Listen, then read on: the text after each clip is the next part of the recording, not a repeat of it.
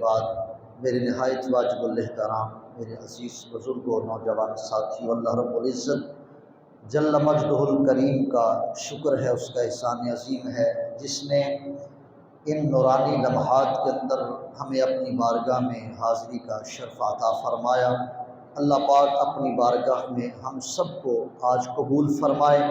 اور ڈھیروں رحمتیں برکتیں ہمیں عطا فرمائے۔ عزیز سامعین و حاضرین کرام، آج ذی الحجہ کی 4 تاریخ ہے اور یہ مہینہ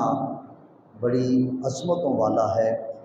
جو آیات بینات میں نے آپ حضرات کے سامنے تلاوت کرنے کا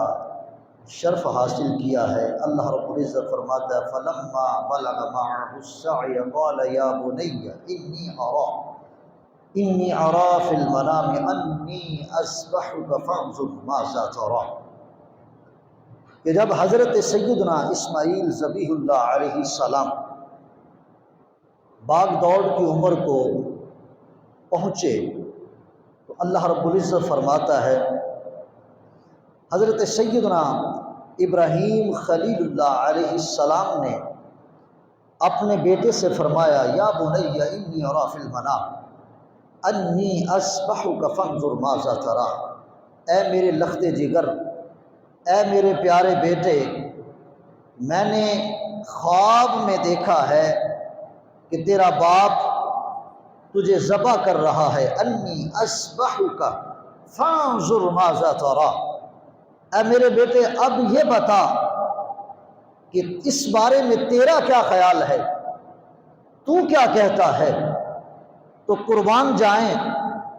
جب سیدنا ابراہیم خلیل اللہ علیہ السلام نے اپنے بیٹے کے سامنے اپنی خواب کا ذکر فرمایا جس کے اندر وہ سیدنا اسماعیل ذبیح اللہ علیہ السلام کو ذبح کر رہے تھے، تو قربان جائیں اللہ کے نبی کی عزت پر، شان پر، عظمت پر، جذبے پر آپ نے اپنے والد گرامی کی بارگاہ میں یوں عرض کیا۔ قرآن اس بات پہ شاہد ہے،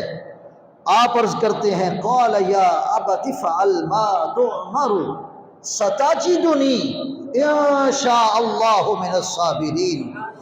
اے میرے والد گرامی، اللہ نے جس امر کا آپ کو حکم فرمایا ہے، جو امر آپ کو عطا فرمایا ہے، جس چیز کا آپ کو حکم عطا فرمایا ہے، ما تؤمر ستجدنی ان شاء اللہ من الصابرین، آپ اس حکم پر عمل کریں، اس کی تعمیل کریں، ان قریب اللہ نے چاہا تو آپ مجھے صبر کرنے والوں میں پائیں گے۔ یہاں ذرا غور فرمائیں، ساری زندگی کی کمائی دینے کا وقت نہیں ہے۔ یہاں ابراہیم خلیل اللہ علیہ السلام کوئی دنیاوی قربانی کا ذکر نہیں کر رہے، دنیا کے مال و متاع کو پیش کرنے کا ذکر نہیں ہے، بلکہ یہ وہ معاملہ ہے جس جان کے لیے انسان سب کچھ کرتا ہے، لیکن اللہ کے نبی کی یہ شان ہے، بغیر کسی تردد کے، بغیر کسی ادھر ادھر کی بات کے، قرآن شاہد ہے قال یا ابت افعل ما تؤمر، بغیر کسی تاخیر کے سیدنا اسماعیل علیہ السلام نے اپنے والد گرامی کی بارگاہ میں عرض کیا میرے بابا جان، اللہ نے آپ کو جس چیز کا حکم دیا ہے آپ وہی کریں، رہی میری بات تو میں آپ کے حکم سے، اللہ کے حکم سے بھاگوں گا نہیں، ستجدنی انشاءاللہ۔ اور اس میں اپنا کمال بھی ذکر نہیں کرتا بلکہ اللہ کی رضا پہ چھوڑتا ہوں، میرے رب نے چاہا تو آپ اس میں مجھے بے صبر نہیں، بے صبری کرنے والا نہیں، بلکہ الحمدللہ ضرور صبر کرنے والا پائیں گے۔ قربان جائیں، یہ قربانی جن دنوں کے اندر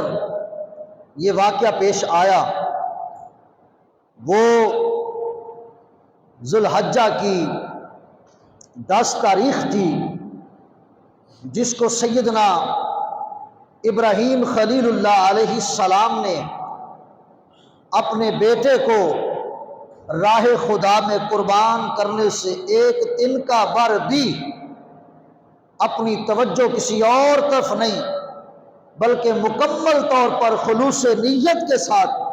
اللہ کے حکم کی تعمیل کو پیش نظر رکھتے ہوئے سیدنا اسماعیل ذبیح اللہ علیہ السلام کو صدق دل کے ساتھ جذبہ اثار کے ساتھ آپ نے راہ خدا میں پیش کر دیا۔ تو سامعین عزیز وقار، جن دنوں کے اندر یہ قربانی کا واقعہ پیش آیا ان کی عظمت بھی سن لیں کہ ان دنوں کو اللہ نے کیا مقام اور کیا مرتبہ عطا فرمایا ہے۔ نبی کریم علیہ السلام ارشاد فرماتے ہیں کہ اللہ رب العزت کو باقی دنوں کے اندر نفلی عبادت کرنا اتنا محبوب نہیں ہے جتنا اللہ کو ذی الحجہ کے دنوں میں عبادت کرنا محبوب ہے۔ جو بندہ، میرے نبی کریم علیہ السلام کی حدیث کا مفہوم ہے، جو بندہ ذی الحجہ کے پہلے عشرے کے اندر روزے رکھتا ہے، اللہ رب العزت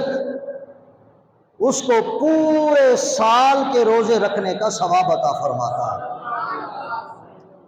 اور ایک حدیث کا مفہوم یہ بھی ہے کہ جو بندہ ان راتوں کے اندر اللہ رب العزت کی عبادت کرتا ہے، میرے کریم آقا علیہ الصلوۃ والسلام فرماتے ہیں کہ ذی الحجہ کی ان راتوں کے اندر جو بندہ اللہ کی عبادت کرتا ہے، ہر رات کی عبادت کا ثواب اللہ اسے لیلۃ القدر کی مثل عطا فرماتا ہے۔ تو جو دن اللہ رب العزت نے ہمیں عطا فرمائے ہیں، ہمیں ان کی قدر کرنی چاہیے۔ دیکھیں نا، اللہ پاک دنیا کے اندر کسی کو ثواب عطا فرمائے، مال جمع کرنے کا موقع عطا فرمائے، مال بنانے کا موقع عطا فرمائے، تو وہ اس وقت مال کو ترجیح نہ دے اور مال کو ضائع کر دے، اور ایک وقت ایسا آ جائے جب اسے مال کی ضرورت ہو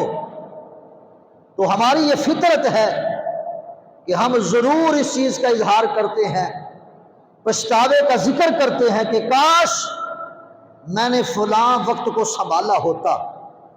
اور آج مجھے پریشانی نہ ہوتی، آج میرے پاس گھر بھی ہوتا، آج میرے پاس ضروریات کے لیے کاریں بھی ہوتی، کوٹھیاں بھی ہوتی، کاش کہ میں نے اس وقت کو سنبھالا ہوتا۔ یہ دنیا کی مثال دے کر میں سمجھانا یہ چاہتا ہوں کہ یہ اللہ رب العزت نے بندے کو جو زندگی، مختصر زندگی عطا فرمائی ہے، اس کا مقصد صرف یہ ہے